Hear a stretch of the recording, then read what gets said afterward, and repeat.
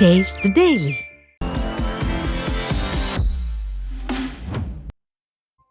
தஞ்சாவூர் மாவட்டம் வயலூர் மீன்பண்ணை அருகே 2 தனியார் பேருந்துகள் நேருக்கு நேர் மோதிய விபத்தில் 20க்கும் மேற்பட்டோர் படுகாயமடைந்தனர். அங்கிருந்த பொதுமக்கள் காயமடைந்தவர்களை மீட்டு ஆம்புலன்ஸ் மூலம் தஞ்சை அரசு மருத்துவக் கல்லூரி மருத்துவமனைக்கு அனுப்பி வைத்தனர். இந்த விபத்தின் காரணமாக தஞ்சாவூர் கும்பகோணம் தேசிய நெடுஞ்சாலையில் 1 மணி நேரத்துக்கும் மேலாக போக்குவரத்து பாதிக்கப்பட்டது.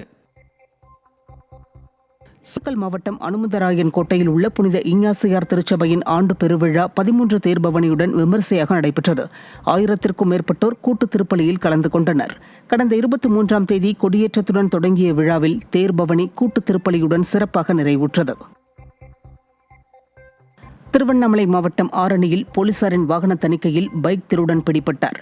ஆரணி காமராஜ் சிலை அருகில் போலீசார் வாகன தணிக்கையில் ஈடுபட்டிருந்த போது மின்னல் வேகத்தில் இருசக்கர வாகனத்தில் தப்ப முயன்ற நபரை விரட்டிச் சென்று பிடித்து விசாரித்தனர். விசாரணையில் அந்த நபர் கீழ்பெண்ணாத்தூர் கிராமத்தைச் சேர்ந்த வீரா என்ற தனுஷ் என்பதும் ஆரணி, கலம்பூர், சேத்துப்பட்டு ஆகிய பகுதிகளில் பைக் திருட்டில் ஈடுபட்டதும் தெரியவந்தது. விடிய ஆட்சியில் தொடர் திருட்டு சம்பவங்கள் அதிகரித்துள்ளதாக அப்பகுதி மக்கள் குற்றம் சாட்டுகின்றனர். சென்னை குரோம்பேட்டையில் விடியா திமுக அமைச்சரின் வருகைக்காக சுட்டெரிக்கும் வெயிலில் மாணவர்கள் நீண்ட நேரம் காத்திருந்த சம்பவம் வேதனை அடைய செய்துள்ளது.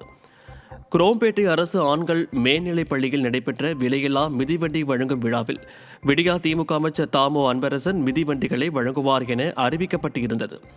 இந்நிலையில் விடியா அமைச்சரை எதிர்பார்த்து நீண்ட நேரம் வெயிலில் காத்திருந்ததால் பள்ளி மாணவர்கள் சோர்வடைந்தனர். வெயிலின் தாக்கத்தால் சில மாணவர்கள் மயக்கமடைந்த சம்பவமும் அரங்கேறியது. மேலும் பள்ளி மாணவர்களை தண்ணீர் கேன் தூக்கி வருவது, நாற்காலிகளை தூக்கி வருவது போன்ற செயல்களில் ஈடுபடுத்தப்பட்டது பெற்றோர்கள் மற்றும் கல்வியாளர்கள் மத்தியில் அதிர்ச்சியை ஏற்படுத்தியுள்ளது.